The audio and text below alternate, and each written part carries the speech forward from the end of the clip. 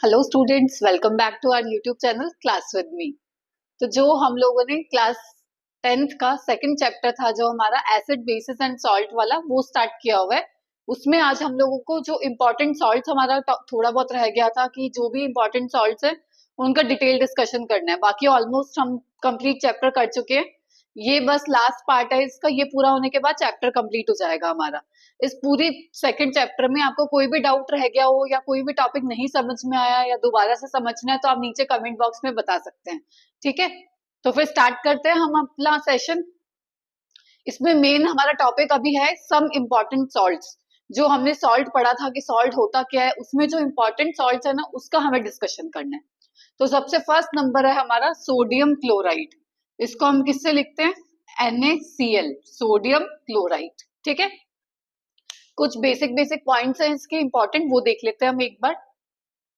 It is also called as, इसको किस नाम से जाना जाता है?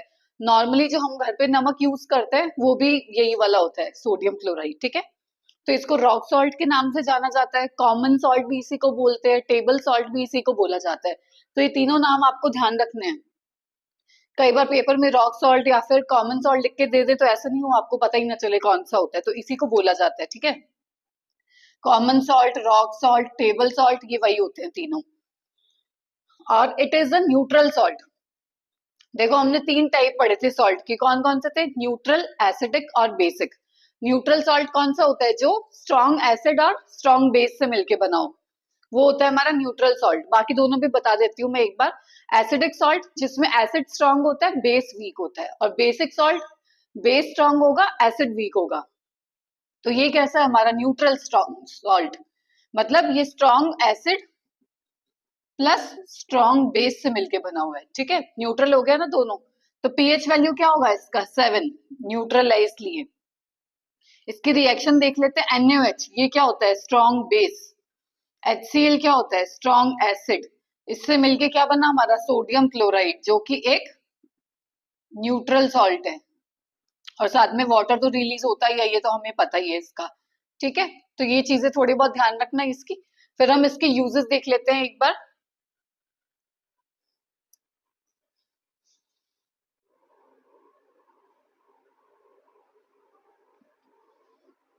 देखो इसके यूजेस क्या होते हैं। बेसिक बेसिक यूजेस तो आप लोगों को पता ही होंगे। नमक को कहाँ पे यूज करते हैं हम? सबसे इंपॉर्टेंट खाने में, कुकिंग फूड में यूज किया जाता है। और किस में करते हैं? याद करो, आपने घर पे कभी देखा होगा मम्मी वगैरह अचार वगैरह डालते हैं घर पे, पिकल्स डालते हैं, तो उसमें एज अ प्रिजर्वेटिव हम क्या यूज करते हैं? NaCl, नमक डालते हैं ना, ताकि लंबे टाइम तक ये सब चीजें अचार वगैरह चल सके। तो एज अ प्रिजर्वेटिव यूज किया जाता है। और सोप की मैन्युफैक्चरिंग के लिए, सोप वगैरह बनाने में यूज होता है। आइस की मेल्टिंग में यूजेस होते हैं इसके। देखो इन कुकिंग फूड, खाना वगैरह बनाने में काम आता है।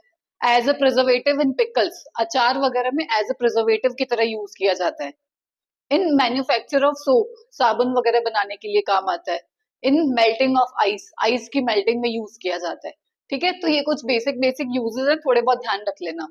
एज इट इज क्वेश्चन आता है इसका कि give the formula sodium chloride and it's uses.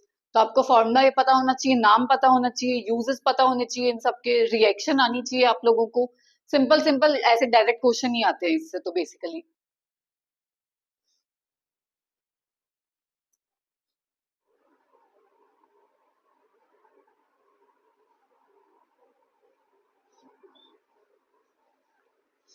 देखो अब इसका प्रिपरेशन है, ये रिएक्शन है, सॉरी एक, ये आपको इसके हेल्प से समझनी है। इस प्रोसेस को बोलते हैं क्लोर एल्कलाई प्रोसेस।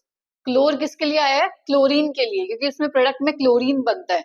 और एल्कलाई किसके लिए आया है? एल्कलाई मैंने आपको बताया था, याद करो क्या था एल्कलाई? एल्कलाई मतलब वाटर सॉल्युबल बेस। तो ये क्या है? बेस है और वाटर सॉल्युबल है। तो NaOH के लिए आया एल्कलाई और क्लोरीन के लिए आया क्लोर। तो इस प्रोसेस, पूरे प्रोसेस को हम लोग बोलते हैं क्लोर एल्कलाई प्रोसेस। ये इस डायग्राम की हेल्प से समझेंगे हम लोग। पहले सिंपल रिएक्शन देख लो, होता क्या है। NaCl है जो हमारा सोडियम क्लोराइड है, उसकी वाटर के साथ रिएक्शन है। ये हमने एरो पे लिखा है इलेक्ट्रोलाइसिस। पूरा सर्किट कंप्लीट करा हमने, एनोड लगाया, कैथोड लगाया और इलेक्ट्रोलाइसिस करा इसका। तो प्रोडक्ट क्या बना हमारा? NaOH plus Cl2 plus H2।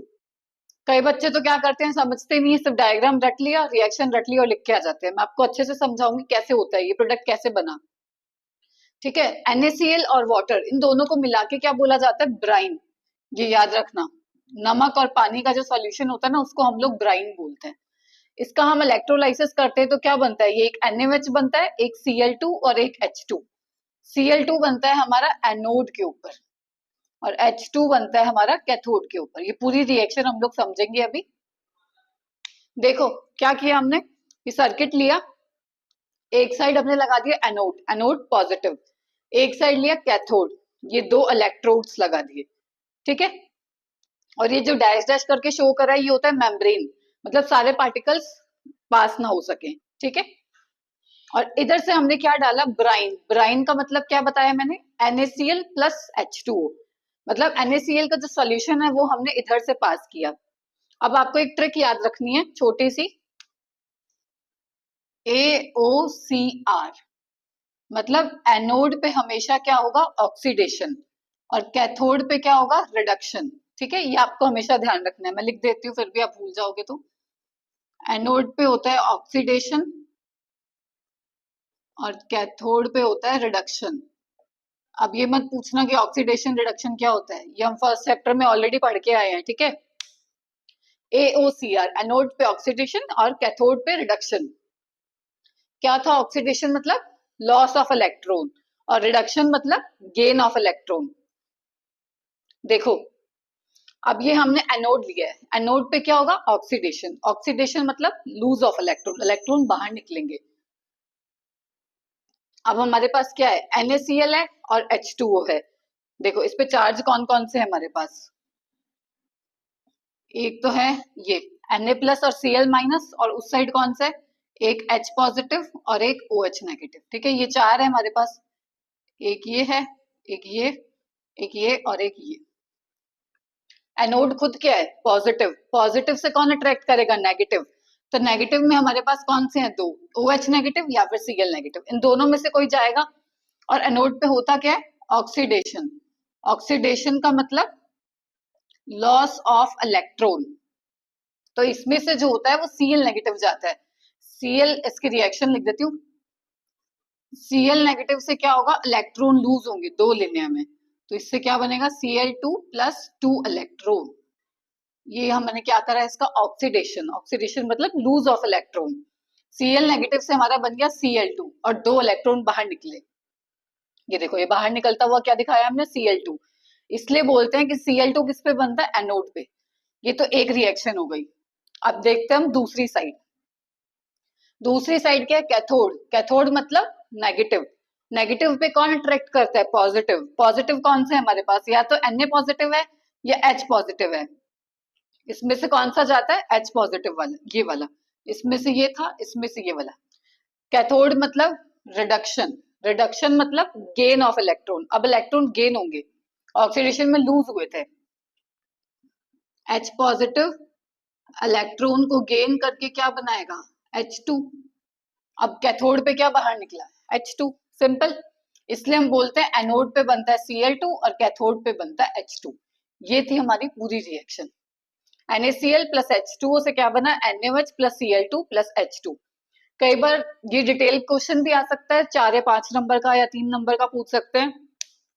वो डायरेक्ट पूछ लेंगे एक्सप्लेन द क्लोर एल्कलाई प्रोसेस, तो आपको ध्यान आना चाहिए कि कौन से वाला था। पूरा डायग्राम बना के आना है, इसकी थ्योरी लिख के आनी है, 4-5 लाइंस आप लिख के आओगे, और ये रिएक्शन समझा के आनी है, ठीक है। और कई बार 1 मार्कर क्वेश्चन में आ जाता है कि एनोड पे कौन सा प्रोडक्ट बनता है क्लोर एल्कलाई प्रोसेस में, या फिर कैथोड पे कौन सा प्रोडक्ट बनता है। तो आपको ध्यान होना चाहिए एनोड पे क्लोरीन बनता है, कैथोड पे H2, मतलब C और C उल्टा होता है। कैथोड का C है, इसके साथ H2 बनेगा, Cl2 नहीं बनेगा, दोनों C अलग अलग आएंगे। ऐसे ट्रिक बना के याद कर सकते हो, एनोड पे Cl2, कैथोड पे H2, ठीक है।